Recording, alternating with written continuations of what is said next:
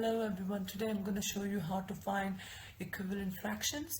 But first, what are fractions? A fraction is a part out of a whole. We write fractions like something like this. So there is a top part of your fraction and there is a bottom part of your fraction. The top part of your fraction, which is 2, is called the numerator, and the bottom part of the fraction, which is 3 in this case, is the denominator. So a fraction has a numerator and a denominator. Usually when I say a part out of a whole, it means my denominator will indicate how many equal parts my whole has been divided into. In this case, my whole has been divided into 3 equal parts. Okay, now what are equivalent fractions? Equivalent fractions are fractions with different numerators and denominators, but they will represent the same value. I'll show you exactly what I mean here. The first pizza has been divided into 2 equal parts.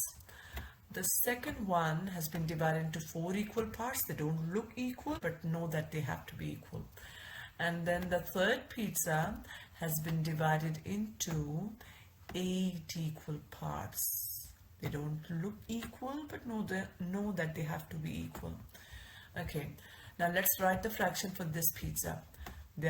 The whole has been divided into 2 equal parts, so my denominator indicates how many whole has been divided, how many equal parts the whole has been divided into. So that is 2 in this case. I'm going to shade only one part. My numerator becomes my numerator. Let's shade 2 equal parts here. How many equal parts the whole has been divided into? 4, which is my denominator. And 2 parts have been shaded. That becomes my numerator. Again, in this case, how many equal parts my whole has been divided into? 8 equal parts. So that becomes my denominator. And I've shaded 1, 2, 3, 4 equal parts here. So that becomes my numerator. All my numerators are different and all my denominators are different as well. Even though my numerators and denominators are different, the value they represent, they're still the same. Half of the pizza. Okay, so this means they are all equivalent fractions. Okay, now that we understood what equivalent fraction is, the question is, how do we find one? Okay, you can make equivalent fractions by multiplying or dividing the numerator and denominator by the same number. You can make equivalent fractions by multiplying or by dividing both numerators and denominators with the same number. Never add or subtract to find equivalent fractions. Never do that. It's always either multiply both numerators and denominator with the same number or divide the numerator and denominator with the same number. Okay, let's see an example. 2 out of 3.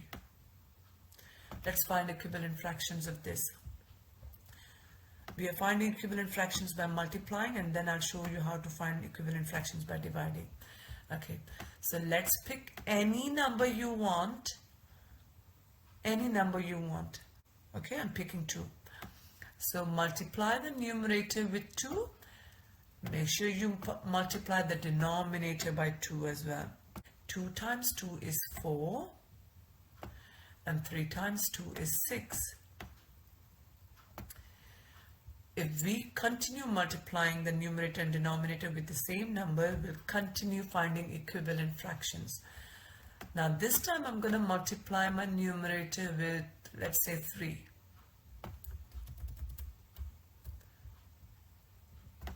So I'm going to multiply my numerator by 3. So I must multiply my denominator by 3 as well, because that's the rule. So you multiply your numerator and denominator with the same number. Okay, now that I've multiplied both my numerator and denominator by 3, I'm going to see what do we get after multiplying. 4 times 3 is 12 and 6 times 3 is 18. 2 out of 3, 4 out of 6, 12 out of 18. They're all equivalent fractions, okay? Now let me show you another example, which will be 3 out of 5. So to find equivalent fractions, you can multiply both your numerator and denominator with the same number. So let me pick this time 5. So if I am multiplying my numerator with 5, I have to multiply my denominator with 5 as well. So I'm going to get 5 times 3 is 15, and the denominator 5 times 5 is 25. Another equivalent fraction could be multiply my numerator with 2. So I have to multiply my denominator by 2 as well. So I will get 15 times 2 is 30, and 25 times 2 is 50. So I have found 3 out of 5, 15 out of 25, and 30 out of 50. They're all my equivalent fractions, and you can continue finding equivalent fractions like this. Okay, let's find equivalent fractions by dividing.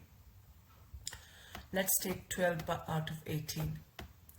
When it comes to finding equivalent fractions by dividing, you have to pick the number carefully so that both your numerator and denominator, they stay as whole numbers, okay? The number that I pick has to give me a whole number both in my numerator and denominator. I cannot pick random numbers this time. So let's see, if I pick 2 to divide my numerator and denominator,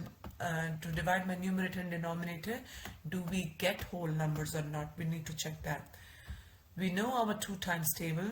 2 times 6 gives us 12, and 6 is a whole number. Good. What about my denominator? 2 times 9 is 18, and 9 is a whole number. There you go. So I can say 12 out of 18 and 6 out of 9, they're equivalent fractions as well. If you want, you can continue.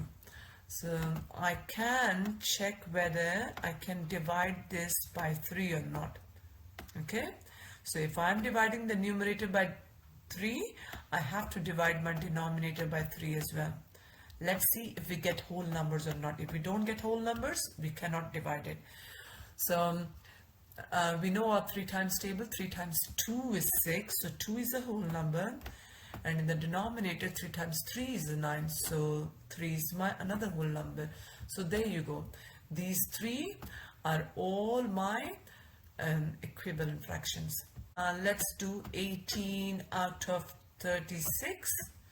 I want you to find equivalent fraction for this by dividing or multiplying, whatever you choose, but make sure you're not choosing plus or minus, okay?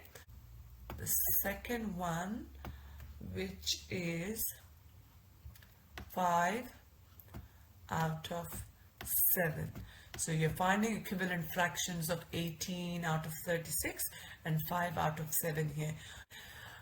Hope you enjoyed the lesson and hope you understood how to find equivalent fraction. Hope to see you again.